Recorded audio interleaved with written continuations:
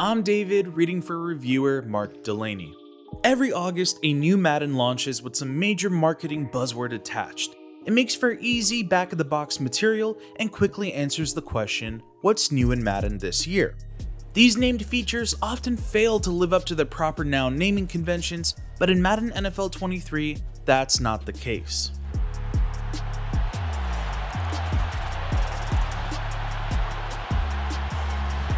This year's buzzwordy feature, Field Sense, encompasses several other features under its wide umbrella, with all of them relating to how it feels to actually play and move around on the field. In that regard, Madden 23 is a clear step up, but several other aspects of the game, including both returning issues and new problems, keep the game from achieving its full potential at launch. Field Sense is not one feature, but the name for a collection of on-field improvements.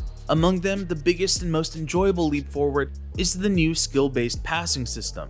This system is meant to remove some of Madden's attribute-driven outcomes and transfer decisiveness to the player. On the field, this is done by giving players a new throwing meter and shadowed target area that appears as the ball is being thrown. It allows players to pinpoint directly where they want the ball to go, a bit like fielding in MLB The Show. Excitingly, this feature lives up to its promise, allowing skilled players to skewer defenses and hit gaps in coverage like never before in Madden history. A wonky tutorial, though, does this feature no good, making practice best done in a live setting.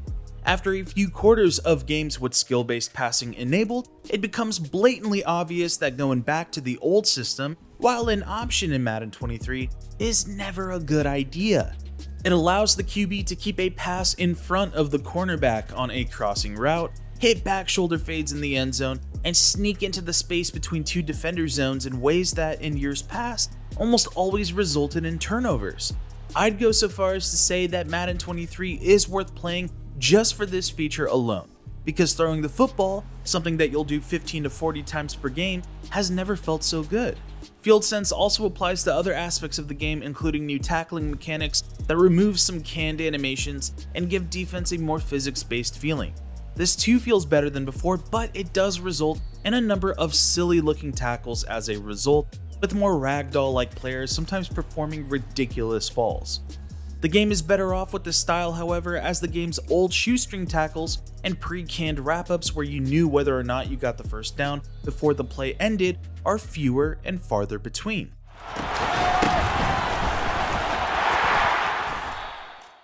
Making cuts with ball carriers also feels better, allowing a skilled player to ease off the sprint button at the line, making a great cut through the hole, then taking off and leaving defenders out of position.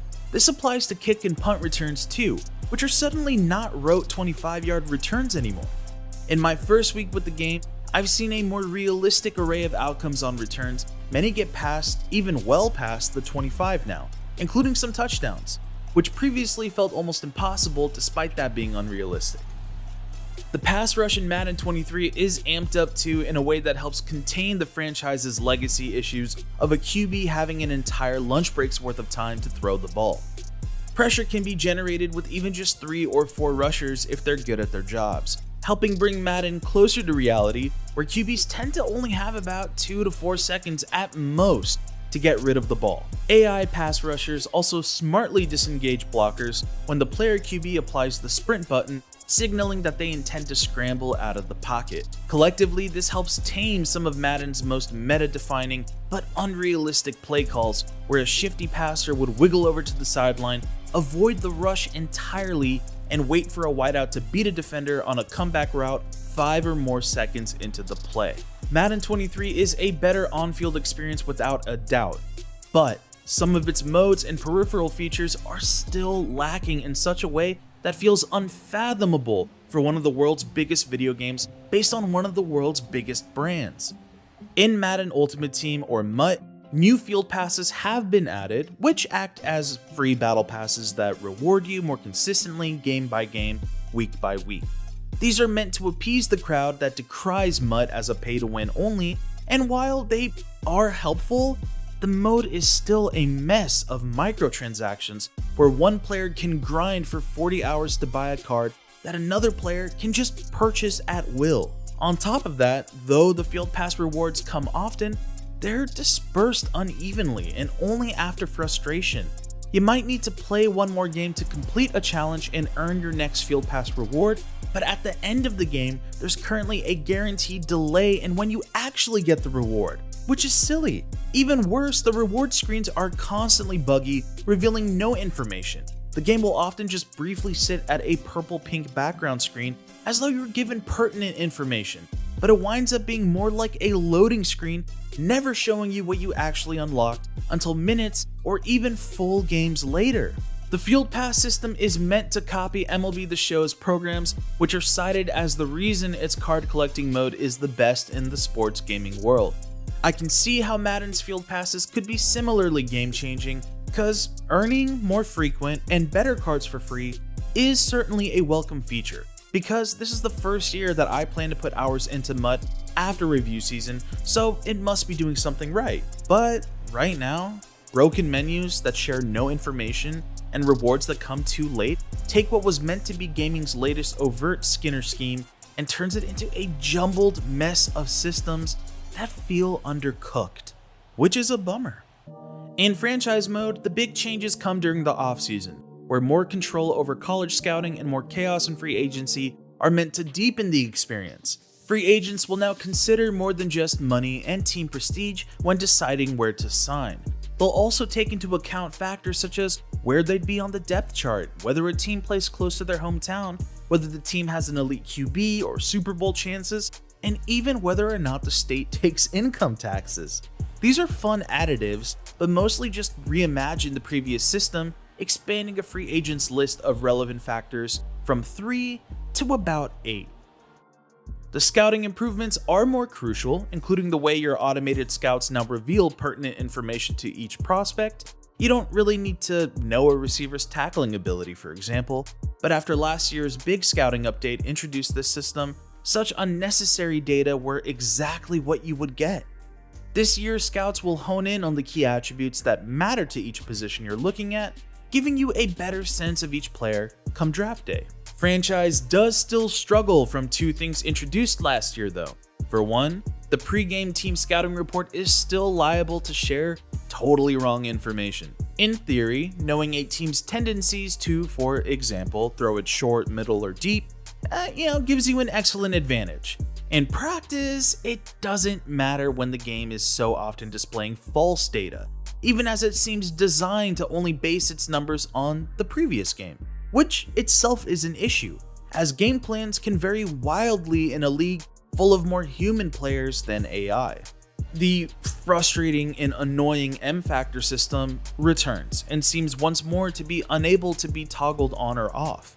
Last year, M-Factors were introduced as a way to gamify momentum swings by giving teams certain boosts like better ball security or negatively affecting the opponent's ability to call hot routes.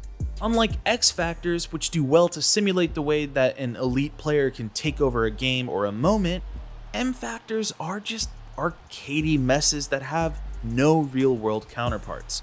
In a series striving for authenticity, it is odd that this unrealistic feature returns as an untouchable element to games, especially since franchise mode can be so customizable in many other ways. The story-heavy face of the franchise mode continues to feel directionless. Ever since the unintentionally goofy long-shot storyline was introduced back in Madden 18, the team has struggled to deliver a story mode worth playing.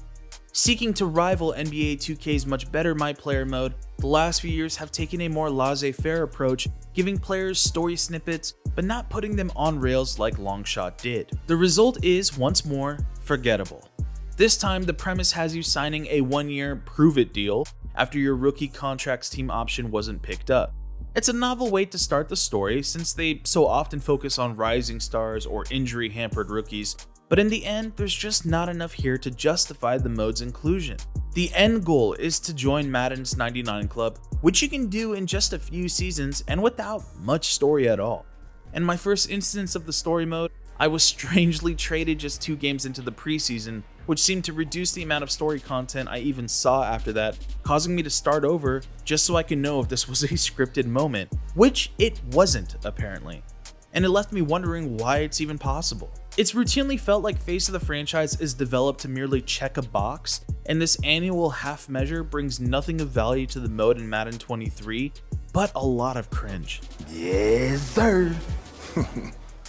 I mean, I don't know, unless you really like running up the stat line with your custom player every single week, and even in that case, you're better off playing Franchise, unless you also enjoy playing The Yard, which is once again affected directly by your player's skill increases in the story mode in Face of the Franchise. The Yard itself returns virtually unchanged.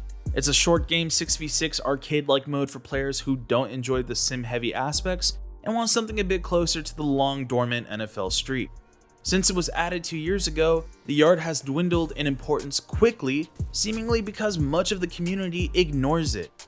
Therefore, Madden 23's instance of the mode feeds this endless cycle. Players ignore it, so it receives fewer meaningful updates, which in turn causes players to ignore it even more, and so on. The Yard is at least present though, whereas Superstar KO has virtually been removed from the experience, diluted down to a limited time mode that plays quite like it within MUT, but seems destined to rotate in and out of the game all year. In total, this year's Madden is a lot like the past decade of Madden in that it suffers a number of self-inflicted wounds and returns features that were unpopular in years prior. However, it's crucial to reiterate on the field that Madden's gameplay genuinely feels great for the first time in a long time. The changes to franchise are helpful but not revolutionary, the MUT Field Pass system is promising but is very janky at launch, and other modes are, well, largely forgettable. This would all present quite a lackluster view of the game, if not for the impressive on-field leap that it performs. The improvements on game day make Madden 23 a very flawed game, but clearly an improvement in the series' most important way, the actual playing of football.